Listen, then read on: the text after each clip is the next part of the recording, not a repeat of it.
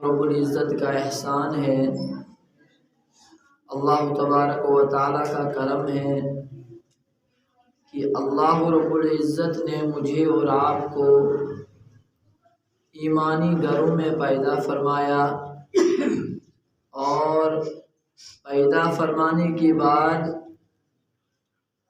اس پرفتن دور کے اندر دین کی سمجھ عطا فرمائی۔ کتنے ہمارے بھائی، کتنے ہمارے ساتھ چلنے والے، کتنے ہمارے ساتھ معاملات کرنے والے جو ہم سے زیادہ عقل مند تھے، ہم سے زیادہ روپے پیسے والے تھے، مگر اللہ تبارک و تعالی نے انہیں اس قدر سمجھ عطا نہیں فرمائی کہ جمعۃ المبارک کا دن ہو اور اللہ کے منادی کی ندا ہو اور پھر اپنے کاروبار سے ہٹ کر نہ آ سکے۔ ایک تو یہ من جانب اللہ تعالیٰ کی توفیق سے ہوتا ہے، اور دوسرا جس آدمی کے اندر، جس انسان کے اندر تڑپ ہو، طلب ہو اللہ تبارک و تعالی اس انسان کو اسی طلب اور طلب کے مطابق اس کے فیصلے فرماتے ہیں۔ اگر ہمارا ایک مزدور بھائی صبح گھر سے نکل کر یہ ارادہ لے کر چلے کہ آج میں حسب معمول جس طرح اپنے کاروبار پر جاتا ہوں آج بھی چلے جاؤں گا، مگر آج جو دن ہے جمعۃ المبارک کا دن ہے، آج میں تھوڑا اپنی وردی کو چینج کر کے جاؤں گا، اپنے ساتھ جائے نماز یا ٹوپی بھی لے جاؤں گا، اور کوشش کروں گا اس چیز کی کہ اپنے مالک سے یہ کہہ کر اس کو موٹیویٹ کر کے میں اس سے فرصت لے کر، چھٹی لے کر انشاءاللہ تعالی جمعہ کی نماز پڑھنے چلے جاؤں گا۔ یہ صبح گھر سے ارادہ کر کے نکلا ہے۔ اور دوسرا گھر سے نکلا جس طرح پہلے دنوں میں نکلتا تھا، آج بھی نکلا، کوئی ارادہ نہیں۔ اگر وقت آیا، ٹائم مل گیا، اچانک روڈ میں گاڑی اسی جگہ پہنچ گئی یا جام لگ گیا کسی اور وجہ سے، تو موقع مل گیا تو نماز پڑھ لوں گا، نہیں ملا تو میں اس وقت سفر میں ہوں، میں اس وقت کاروبار میں ہوں، تو آگے دیکھ لیں گے اگلے جمعہ کو۔ ان دونوں آدمیوں میں بہت زیادہ فرق ہے۔ جو پہلا انسان ہے وہ صبح جب گھر سے نکلا ہے تو ارادہ کر کے نکلا ہے، اور اگر اس انسان کو راستے میں کوئی رکاوٹ بھی آ جائے، مسجد نہ ملے یا اس کو اپنی کمپنی سے چھٹی نہ ملے، تو اللہ تبارک و تعالی اس انسان کو جمعہ پڑھنے کا ثواب عطا فرما دیں گے۔ اور جو بھائی صبح گھر سے بغیر ارادے کے نکلا، اس کے لیے یہ خوشخبری اور یہ انعام نہیں ہے۔ اس لیے اللہ رب العزت کا احسان ہے کہ جس اللہ تبارک و تعالی نے مجھے اور آپ کو اس چیز کا علم عطا فرمایا، یہ فرصت عطا فرمائی کہ ہم نے اپنے کاروبار کو، ہم نے اپنی نوکری کو اور ہم نے اپنی ڈیوٹی کو ملتوی کر کے، اس سے برخاست ہو کر، اس سے چھٹی لے کر اور ہم اللہ کے گھر میں آئے اور محض اس لیے آئے کہ اللہ تبارک و تعالی ہم سے راضی ہو جائے۔ اور مجھے اور آپ کو یہ قوی امید ہونی چاہیے کہ انشاءاللہ تعالی اس ارادے سے جب انسان گھر سے نکلتا ہے تو اللہ تبارک و تعالی اس سے راضی ہو جاتے ہیں۔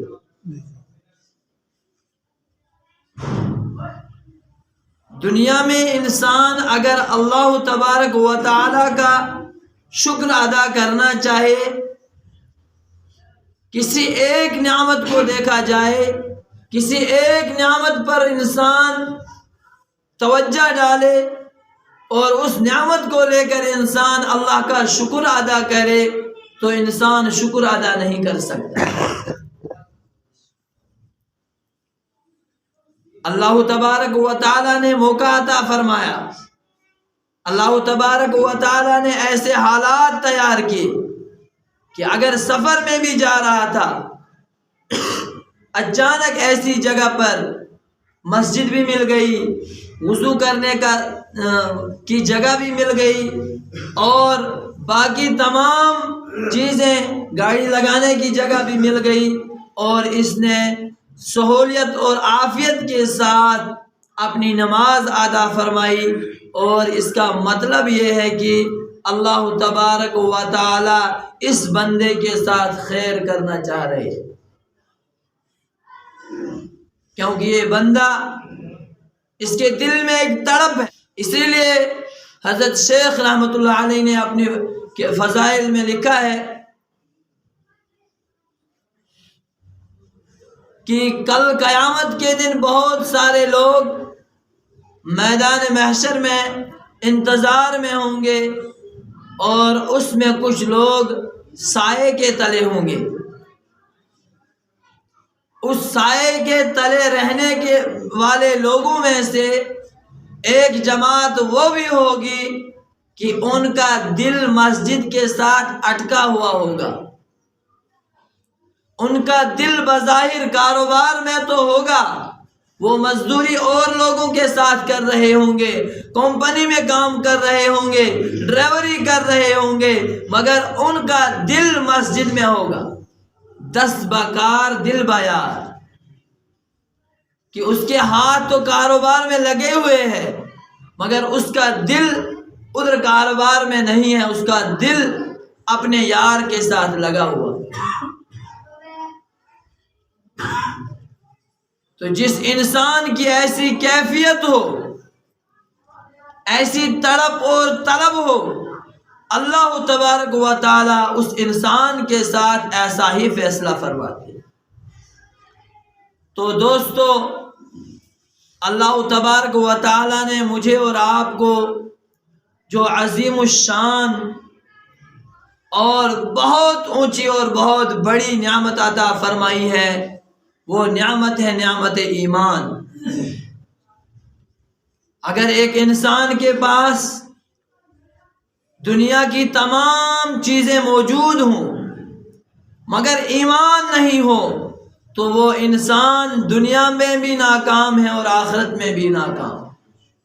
اور اسی کے برعکس اگر ایک انسان کے پاس دنیا میں رہنے کے لیے گھر نہیں ہو، سواری کے لیے گاڑی نہیں ہو، اور رہنے کے لیے مکان نہیں ہو، کھانے کے لیے روٹی نہیں ہو، محتاج ہو ہر چیز کا، مگر اس کے اندر ایمان ہو، خدا کی قسم دنیا میں بھی کامیاب ہے اور آخرت کے اندر بھی کامیاب ہے۔ جس طرح اللہ تبارک و تعالی نے قرآن پاک میں تمام احکامات، تمام چیزوں کی نشاندہی فرمائی ہے۔ نماز پڑھنی ہے تو کب پڑھنی ہے، کتنی رکعتیں پڑھنی ہے، کس نماز کا کب وقت ہوگا، یہ سارے احکام اللہ تبارک و تعالی نے قرآن پاک میں بیان فرما دیے ہیں۔ انہی تمام احکامات میں سے ایک احکام یہ بھی ہے اللہ تبارک و تعالی نے ارشاد فرمایا اپنے حبیب صلی اللہ علیہ وسلم سے وَإِنَّكَ لَعَلَىٰ خُلُقٍ عَظِيمٍ، یا رسول اللہ صلی اللہ علیہ وسلم آپ کے اخلاق، آپ کے کردار، آپ کے حسن اخلاق کا پیمانہ بہت اونچا ہے۔ اللہ تبارک و تعالی نے جناب نبی اکرم صلی اللہ علیہ وسلم کو ہمارے لیے ایک ماڈل بنایا۔ زندگی گزارنے کے لیے ہمیں دیکھنا ہے کہ جناب نبی اکرم صلی اللہ علیہ وسلم کے طریقے کو، اسی لیے کچھ حضرات کہا کرتے تھے کہ لا الہ الا اللہ کو ہم دکھا نہیں سکتے اور محمد الرسول اللہ صلی اللہ علیہ وسلم کو ہم چھپا نہیں سکتے۔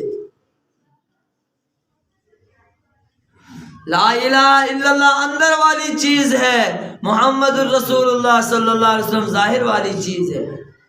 لا الہ الا اللہ کسی کو دکھا نہیں سکتے اور محمد الرسول اللہ صلی اللہ علیہ وسلم ہم کسی سے چھپا نہیں سکتے۔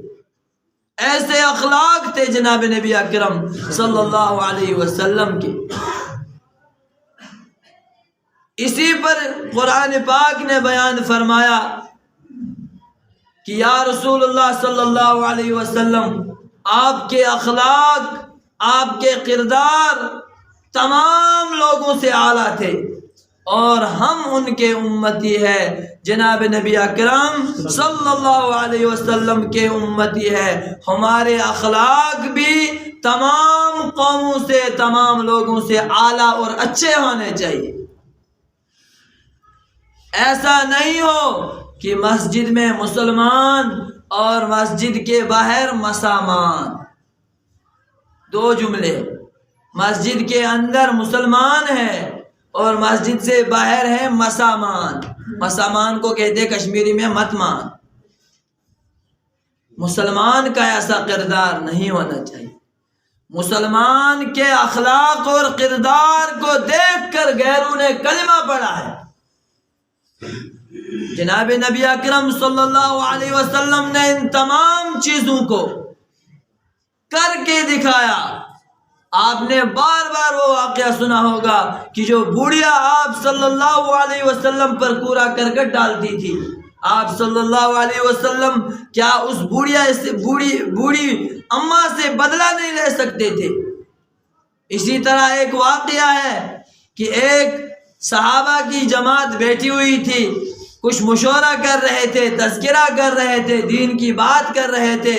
ایک گاؤں والا انسان، دیہاتی اور غیر مسلم آ کر مسجد نبوی کے ایک کونے پر اس نے غلاظت کر دی، ناپاکی کر دی، تو آپ صلی اللہ علیہ وسلم سے دریافت کیا یا رسول اللہ صلی اللہ علیہ وسلم بہت گستاخی کر گیا، اس کو یہیں پر قتل کر دیں گے۔ آپ صلی اللہ علیہ وسلم نے انکار کر دیا، قتل نہیں کرنا ہے، اس کو حاجت پوری کرنے دو۔ حاجت پوری کرنے کے بعد اسے سمجھایا گیا یہ ہماری عبادت گاہ ہے، یہاں ہم عبادت کرتے ہیں، یہاں کے آداب اس طرح سے ہے، اس لیے آپ نے بہت بڑا جرم کیا ہے۔ اور جب یہ پوری بات اس نے سنی اور اسے محسوس ہو گیا کہ میں نے کتنا بڑا جرم کیا ہے، میں نے کتنا بڑا برا کام کیا ہے، اب میری جو سزا ہے بغیر سزائے موت کچھ بھی نہیں ہو سکتی۔ ایک تو میں غیر ہوں اور دوسرا مسلمانوں کی عبادت گاہ میں نے ایسی حرکت کی ہے، تو اب مجھے مرنے کے بغیر کوئی کام، کوئی سزا ہی نہیں لگتی ہے۔ تو آپ صلی اللہ علیہ وسلم نے انہیں بھی معاف فرما دیا۔ یہ حسن اخلاق تھے آپ صلی اللہ علیہ وسلم کے۔ اور میرے اور آپ کے حسن اخلاق کیسے ہیں کہ اگر گھر میں بات جس کو کہتے ہیں، اپنی اہلیہ نے کبھی کچھ ایسی بات کہہ دی تو مہینوں بھر اس کو یاد دلاتے ہیں اس دن تو نے کیا کہا تھا، اس لیے مجھے دل میں ابھی وہ بات کھٹک رہی ہے۔ اس کا مطلب یہ ہے کہ اس کے اندر اخلاق اچھے نہیں ہیں۔ دن کو ڈیوٹی پر تھا، اب واپسی کا ٹائم ہے، گھر میں سارے بیوی بچے انتظار میں ہیں، ابو آئے گا، دادا جی آئے گا، پاپا آئے گا اور سارے مل کر کھانا کھائیں گے اور خوشی خوشی کے ساتھ جو پکایا ہے اس کو کھائیں گے، تناول فرمائیں گے۔ مگر جو ہی دادو یا پاپا گھر میں گھستے ہیں تو اس کا موڈ بالکل آف ہوتا ہے، کسی کے ساتھ بات نہیں، ایک پلیٹ کو ادھر پھینک دیا، دوسری کو ادھر پھینک دیا، بہت احسان کر کے آیا ہے، دن کو تھکا ہوں، تمہیں احساس ہی نہیں ہے۔ تو یہ اخلاق اچھے اخلاق نہیں ہے بھائی۔ گھریلو معاملہ، معاشرات، معاملات، ہمارے معاملات کیسے ہیں؟ ہمارے معاملات کی مثال آج دی جاتی ہے کہ میں نے فلانی صاحب سے ایسے معاملات کیے تھے، اس نے مجھے بہت ستا لیا، بہت دکھا لیا، حالانکہ وہ مسلمان تھا۔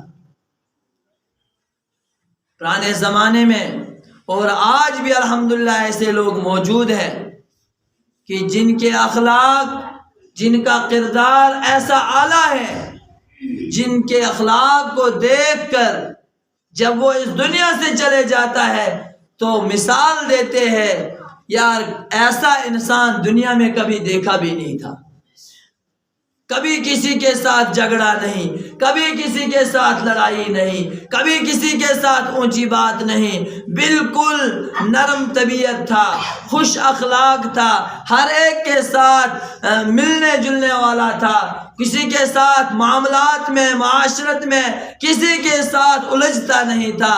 تو دوستو، مسلمان کو، ہم سب کو اپنا آئیڈیل، اپنی نظر اور اپنی نظر ہمیں آپ صلی اللہ علیہ وسلم کے اخلاق پر رکھنی ہے کہ جناب نبی اکرم صلی اللہ علیہ وسلم کے ایسے اخلاق تھے کہ اگر کسی نے گالی دے دی اس کو واپس گالی نہیں دیتے تھے۔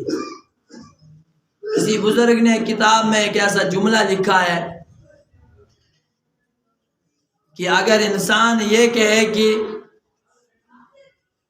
بدلہ لینا تو اچھا ہے، اگر کسی نے ایک تھپڑ مار دیا تو یہاں سے تو اس کو واپس تھپڑ مارنا چاہیے، ورنہ وہ کل 2 مار دے گا۔ تو اس کو لکھا ہے کہ اگر کسی کو کتے نے کاٹ لیا تو واپس کیا کریں گے؟ اب واپس اس کو سارے یہ کہیں گے، بھائی تو جا اور ہسپتال میں اپنا علاج کرا، کتے کو چھوڑ دے وہیں، کیونکہ کتے کا کام ہی تھا کاٹنا، اس نے کاٹ لیا۔ تیرا کام کاٹنا نہیں ہے، تیرا کام علاج کرنا ہے، تو اپنا علاج کرا لے۔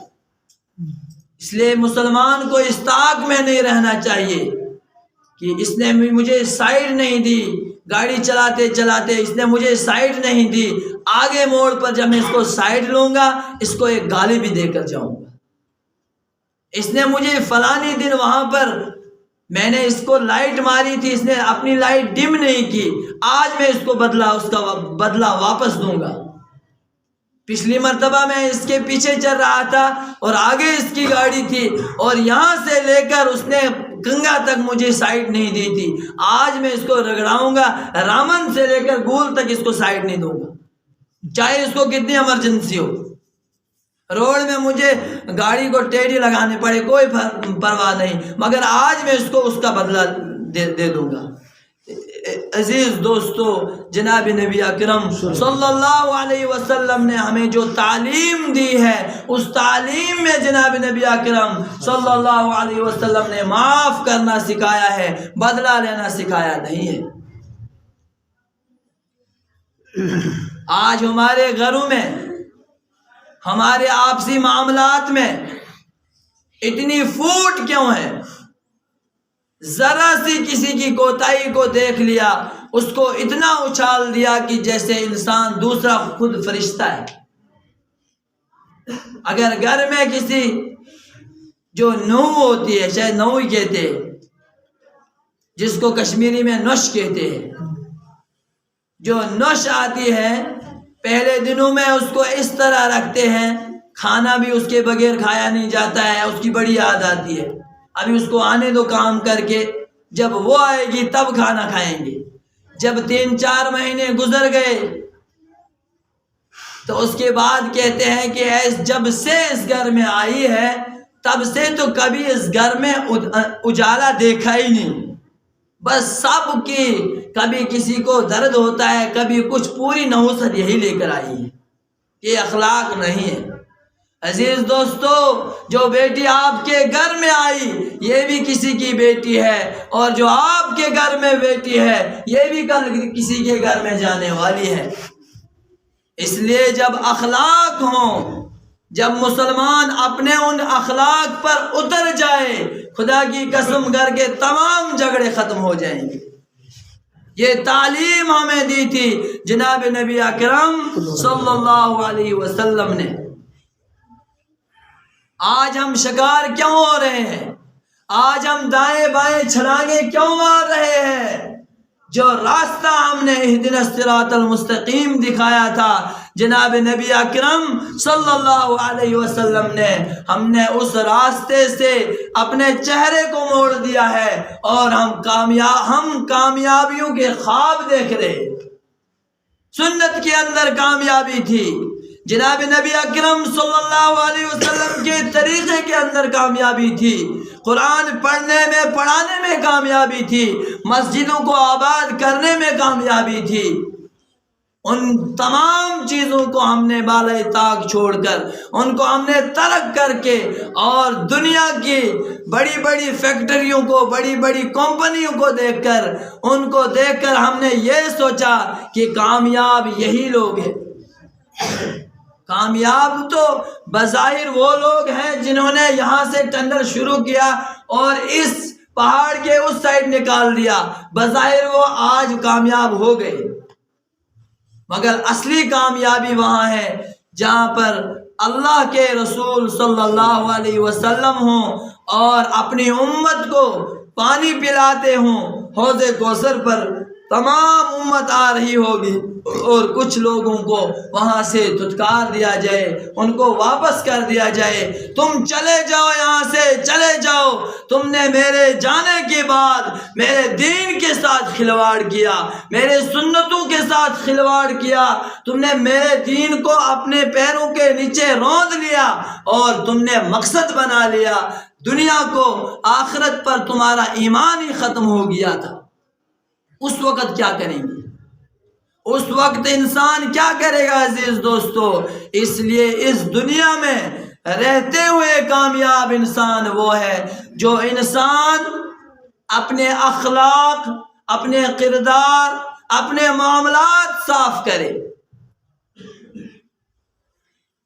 بڑوں کو حکم دیا جناب نبی اکرم صلی اللہ علیہ وسلم نے، چھوٹوں پر شفقت کرو، چھوٹوں کو حکم دیا بڑوں کا اکرام کرو، بڑوں کا ادب کرو۔ آج ایک مسلمان دوسرے کو تب سلام کرتا ہے جب اس کے پاس کوئی غرض ہو، یا تو وہ اس کی گاڑی چلاتا ہوگا، یا تو جو آنے والا ہے وہ اس کی دکان سے سودا لیتا ہوگا، یا تو راستے میں اس کے گھر میں کبھی چائے پیتا ہوگا، بس اسی غرض کے لیے سلام، بات چیت، اٹھنا بیٹھنا بس یہیں تک محدود کر دیا۔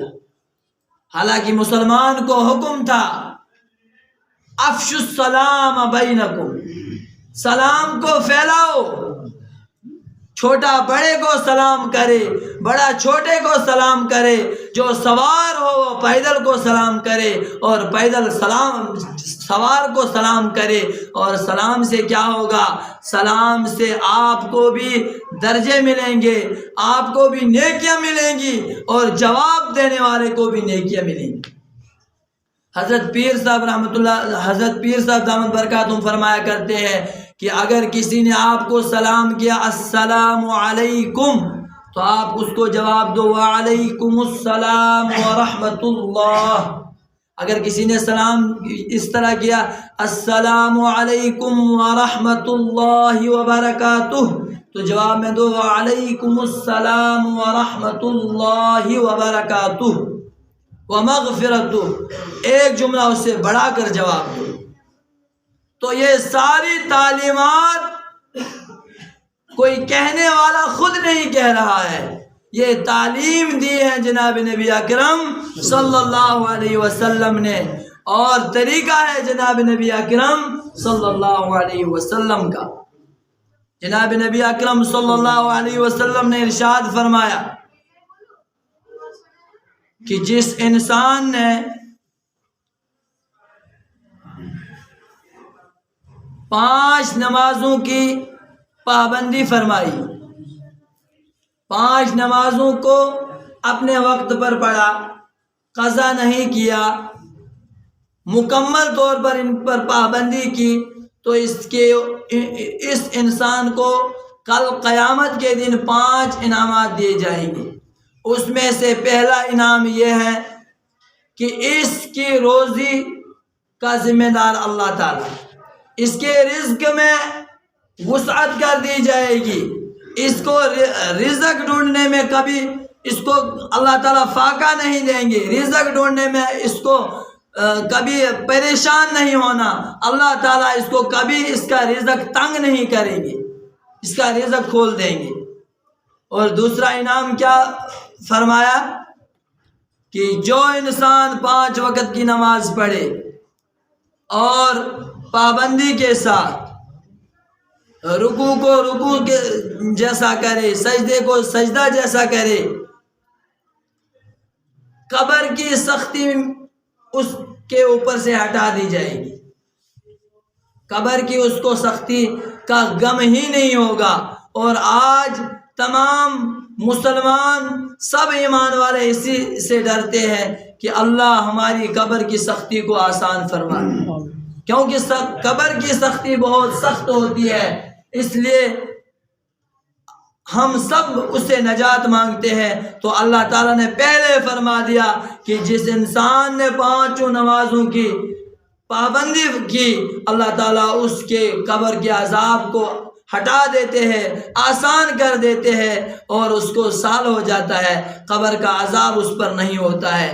تو عزیز دوستو، ہم سب کو جناب نبی اکرم صلی اللہ علیہ وسلم کے طریقے کے ساتھ ان کے دامن کو مضبوط پکڑنا ہے، تو انشاءاللہ تعالی کامیابی ہمارے قدم چومے گی۔ اور اگر ہم نے جناب نبی اکرم صلی اللہ علیہ وسلم کے طریقوں کو چھوڑا اور دوسرے طریقوں کو اپنایا تو کامیابی کا ہم منہ بھی نہیں دیکھ سکتے۔ اللہ تبارک و تعالیٰ سے دعا ہے کہ اللہ تبارک و تعالیٰ جو کہا اس کو بھی قبول فرمائے، اور آپ نے جو سنا اس کو بھی قبول فرمائے۔